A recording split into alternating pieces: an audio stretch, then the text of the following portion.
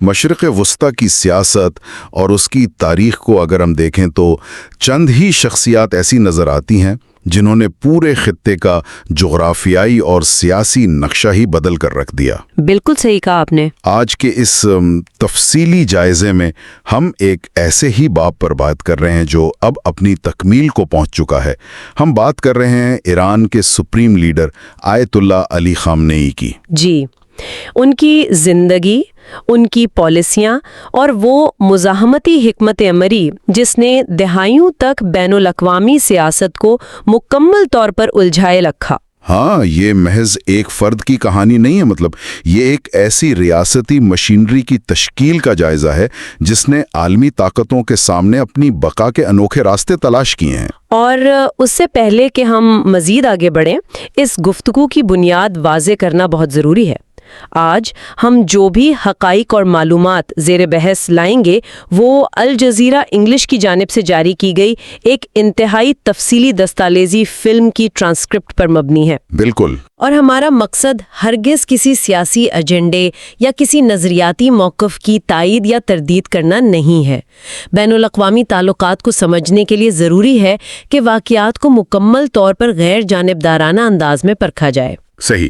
ہماری آج کی کوشش بھی یہی ہے کہ بس فراہم کردہ ذرائع کی روشنی میں ان محرکات کو سمجھا جائے جنہوں نے ایران کی پالیسیوں کا تعین کیا۔ بالکل۔ اور اس جائزے کا مشن بھی یہی ہے کہ ہم اس سفر کو سمجھیں کہ کیسے قوم کے ایک مدرسے کا طالب علم بتدریج وہ طاقتور ترین حکمران بنا جس کے فیصلوں نے شام سے لے کر یمن تک کے حالات پر گہرے اثرات ڈالے۔ اور اس سفر میں سب سے حیران کن پہلو ان کی وہ ہچکچاہٹ ہے جو اقتدار کے ابتدائی دور میں نظر آتی ہے۔ مطلب یہ جان کر واقعی حیرت ہوتی ہے کہ جو شخص بعد میں دہائیوں تک ایران کا سب سے طاقتور حکمران رہا وہ شروعات میں یہ عہدہ چاہتا ہی نہیں تھا۔ ہاں، وہ اسے محض ایک علامتی عہدہ سمجھتے تھے۔ تو اس بات کو سمجھنے کے لیے ہمیں تھوڑا پیچھے جانا پڑے گا، ان کی ابتدائی زندگی اور انقلاب کے دنوں کی طرف۔ جی، تو یہ سفر قم کے ان دینی مدارس سے شروع ہوتا ہے جہاں انہوں نے ابتدائی تعلیم حاصل کی۔ یہ وہ دور تھا جب مذہبی حلقوں میں سیاست سے دور رہنے کا رجحان تھا۔ لیکن پھر ان کے استاد روح اللہ خمینی کا اثر ان پر غالب آیا۔ بالکل، خمینی نے مذہب اور سیاست کو ملا کر ایک نئے انقلابی بیانیے کی بنیاد رکھی تھی۔ انہی نظریات نے اس نوجوان طالب علم کی سوچ کو یکسر بدل دیا۔ 1963 وہ سال تھا جب خامنئی باقاعدہ طور پر شاہ ایران کے خلاف سیاسی اور مزاحمتی سرگرمیوں کا حصہ بنے۔ اور یہ کوئی آسان راستہ نہیں تھا، اس جدوجہد میں انہیں کئی بار جیل بھی جانا پڑا۔ ہاں، اور پھر 1979 میں جب پہلوی سلطنت کا خاتمہ ہوا اور اسلامی انقلاب کامیاب ہوا تو وہ اس نئے نظام میں ایک مرکزی رہنما بن کر ابھرے۔ لیکن اس نئے اسلامی جمہوریہ کو فوراً ایک بہت بڑی آزمائش کا سامنا کرنا پڑا۔ 1980 میں ایران اور عراق کی جنگ شروع ہو گئی۔ سرحدوں پر بقا کی جنگ لڑی جاری تھی۔ اسی جنگ کے دوران 1981 میں خامنئی نے صدارت کا عہدہ سنبھالا۔ اور بحیثیت صدر ان کا کردار کافی مختلف تھا۔ مطلب وہ صرف دارالحکومت میں بیٹھ کر احکامات جاری نہیں کرتے تھے۔ بالکل نہیں، وہ باقاعدگی سے جنگی محاذوں کا دورہ کرتے تھے۔ ایک مذہبی اور سیاسی رہنما کا خندقوں میں موجود ہونا اور فوجی کمانڈروں کے ساتھ براہ راست تعلق بنانا یہ بہت بڑی بات تھی۔ اور اسی حکمت عملی سے انہوں نے پاسداران انقلاب کی وفاداری حاصل کر لی جو اس وقت ایک نیا ادارہ تھا۔ صحیح، اور یہی وہ وفاداری تھی جس نے بعد میں ان کی طاقت کے سب سے بڑے عسکری ستون کی شکل اختیار کی۔ اب ہم آتے ہیں 1999 پر۔ یہ وہ سال تھا جب آیت اللہ خمینی کا انتقال ہوا اور ایران ایک غیر معمولی دوراہے پر کھڑا تھا۔ 8 سالہ جنگ نے معیشت کو تباہ کر دیا تھا اور ایران سفارتی طور پر بھی بالکل تنہا تھا۔ اقتدار کا ایک خلا ٹیگا ہو گیا تھا اور اسمبلی آف ایکسپرٹس شدید کشمکش کا شکار تھیں۔ اسی موقع پر ہاشمی رفسنجانی نے خامنئی کے نام پر اتفاق رائے پیدا کرنے کی کوشش کی۔ اور رفسنجانی کی یہ کوشش تاریخ کا ایک بہت بڑا موڑ تھی کیونکہ خامنئی خود اس کے لیے تیار نہیں تھے۔ دستاویزی ذرائع سے ہمیں ان کے وہ تاریخی الفاظ ملتے ہیں جو انہوں نے اس وقت کہے تھے۔ ہاں، ان کا کہنا تھا کہ میں نے مسٹر ہاشمی رفسنجانی کو بتایا کہ میں اسے قبول نہیں کروں گا۔ مجھے یقین ہے کہ میں اس عہدے کا اہل نہیں ہوں۔ یہ محض ایک علامتی قیادت ہوگی، حقیقی نہیں۔ اس وقت کے آئین کے مطابق سپریم لیڈر کا ایک اعلیٰ درجے کا مذہبی مرجع ہونا ضروری تھا جو وہ نہیں تھے۔ اس لیے ان کا یہ سوچنا منطقی تھا کہ انہیں صرف ایک رسمی سربراہ کے طور پر لایا جا رہا ہے۔ لیکن حقیقت میں ایسا بالکل نہیں ہوا۔ ان کی قیادت ہرگز علامتی نہیں رہی۔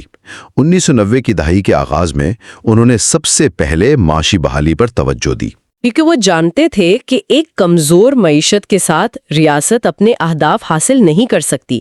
انہوں نے اداروں پر اپنی گرفت مضبوط کی۔ یہ تو ہو گئی اندرونی بات، لیکن بین الاقوامی سطح پر بھی کچھ ایسا ہو رہا تھا جس نے ایران کو بہت فائدہ پہنچایا، خاص طور پر امریکہ کی خطے میں مداخلت۔ ہاں، یہ ایک بہت دلچسپ پہلو ہے۔ خطے میں امریکی مداخلت نے غیر ارادی طور پر ایران کے لیے راستے کھول دیے۔ 1991 کی کھلی جنگ اور پھر 2003 میں عراق پر امریکی حملے کے نتیجے میں صدام حسین کی حکومت ختم ہو گئی، جو کہ ایران کا سب سے بڑا دشمن تھا۔ بالکل۔ عراق دہائیوں سے ایران کی مشرقی سرحد پر ایک بہت بڑا خطرہ تھا۔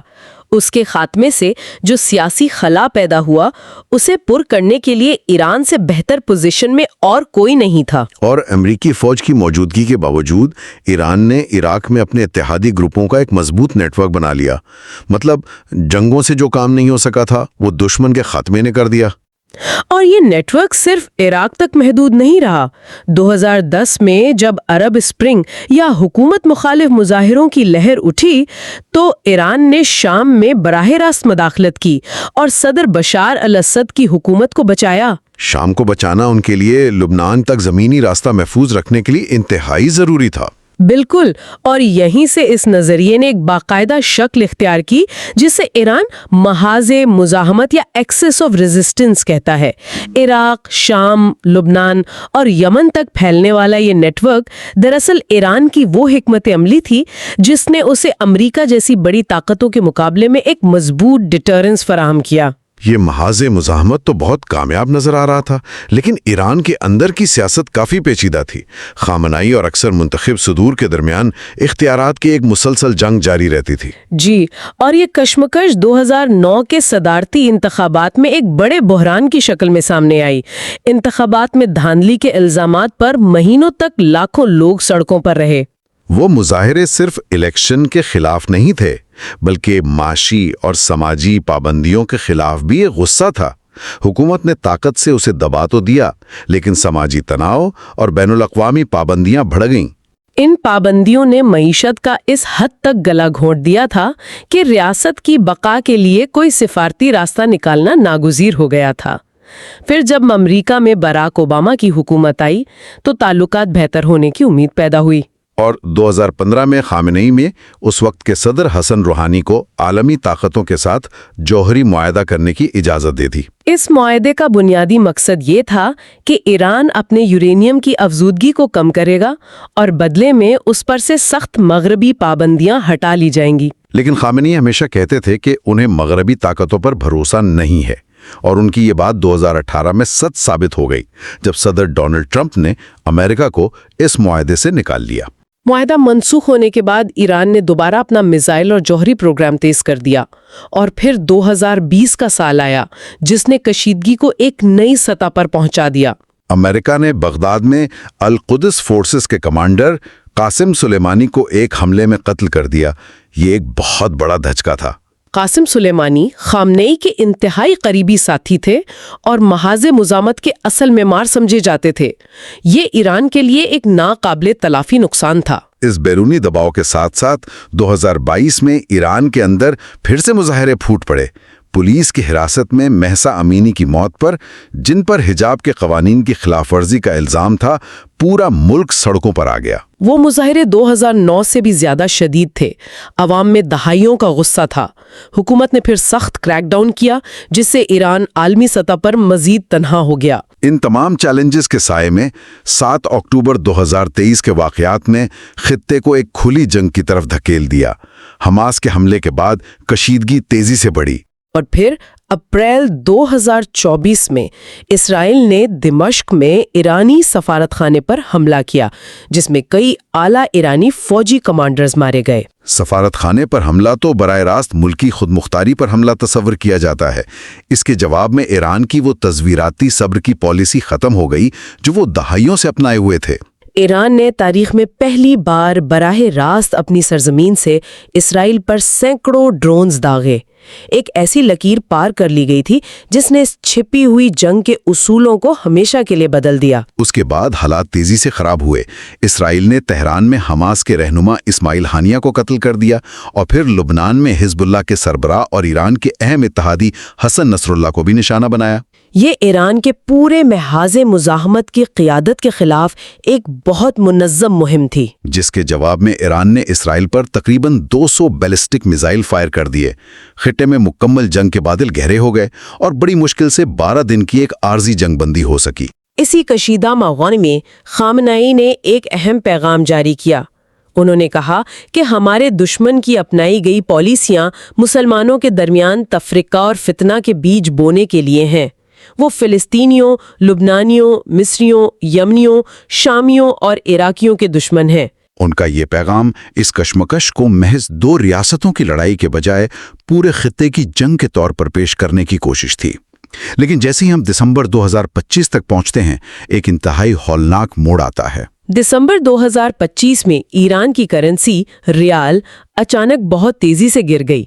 معاشی نظام جو پہلے ہی پابندیوں سے کمزور تھا، وہ اس جھٹکے کو برداشت نہیں کر سکا۔ عوام ایک بار پھر سڑکوں پر نکل آئے اور یہ جلد ہی ایک بہت بڑی حکومت مخالف تحریک میں بدل گئی۔ اسی دوران صدر ٹرمپ نے ایک سخت دھمکی دی کہ اگر ایران نے گرفتار مظاہرین کو سزائے موت دی تو امریکہ حملہ کر دے گا۔ خطے میں امریکی فوجی نقل و حرکت شروع ہو گئی تھی۔ یہ صرف زبانی دھمکی نہیں لگ رہی تھی۔ اس دباؤ کے جواب میں خامنئی نے ایک آخری وارننگ دی۔ انہوں نے کہا کہ جو بھی ایرانی قوم پر حملہ کرنے کی کوشش کرے گا اسے زوردار ضرب لگائی جائے گی۔ امریکیوں کو جان لینا چاہیے کہ اگر انہوں نے اس بار جنگ شروع کی تو یہ ایک علاقائی جنگ ہوگی۔ اس انتہائی کشیدہ ماحول میں عمان کے ذریعے امریکہ اور ایران کے درمیان بالواسطہ مذاکرات بھی چل رہے تھے۔ ذرائع بتاتے ہیں کہ خامنئی نے ایک ممکنہ معاہدے کی اصولی منظوری بھی دے دی تھی۔ بظاہر لگ رہا تھا کہ خطہ تباہی سے بچ جائے گا، لیکن پھر وہ ہوا جس نے سب کچھ الٹ دیا۔ جس رات مذاکرات کا اگلا دور ہونا تھا، اسرائیل اور امریکہ نے ایران پر ایک اچانک حملہ کر دیا۔ اس کا ہدف کوئی فوجی تنصیب نہیں تھی، بلکہ براہ راست ایران کی اعلیٰ ترین قیادت تھی، اور اس حملے کے نتیجے میں آیت اللہ علی خامنئی کا قتل ہو گیا۔ ایک ہی لمحے میں وہ شخص منظر سے غائب ہو گیا جس نے دہائیوں تک ایران کو ہر بحران سے نکالا تھا۔ یہ عالمی اور علاقائی سیاست میں ایک زلزلے سے کم نہیں تھا۔ اقتدار کی منتقلی کا کوئی واضح منصوبہ نہ ہونے کی وجہ سے ریاست کے اندر طاقت کی ایک زبردست جنگ شروع ہو چکی ہے۔ اور یہ پوری صورتحال ہمیں بتاتی ہے کہ عالمی سیاست کس قدر آپس میں جڑی ہوئی ہے۔ خبروں میں آنے والا کوئی بھی واقعہ اچانک نہیں ہوتا۔ خارجہ پالیسی کے فیصلے معیشت پر اثر ڈالتے ہیں، اور معیشت کی تباہی ملک کے اندرونی استحکام کو ختم کر دیتی ہے۔ بالکل، اور دہائیوں پر محیط وہ حکمت عملی جس کی بنیاد خامنئی نے رکھی تھی، اب ایک بے مثال امتحان سے گزر رہی ہے۔ یہ تاریخ کا وہ موڑ ہے جہاں پرانے اصول کام نہیں آتے۔ اور اسی بات پر ہم آج کے جائزے کو ایک ایسے سوال پر چھوڑتے ہیں جس پر ہم سب کو سوچنا چاہیے۔ اب جب کہ ایران کی مزاحمتی پالیسی کا معمار اس دنیا میں نہیں رہا، تو مشرق وسطی میں طاقت کے توازن کا کیا ہوگا؟ کیا ان کے بنائے ہوئے یہ اتحادی مسلح گروپ ان کے بغیر متحد رہ پائیں گے؟ یا پھر ان کا قتل اس خطے میں ایک بالکل نئے اور شاید غیر متوقع جغرافیائی اور سیاسی نظام کی بنیاد رکھے گا؟ یہ وہ سوال ہے جس کا جواب آنے والا وقت ہی دے گا۔ آج کے لیے بس اتنا ہی۔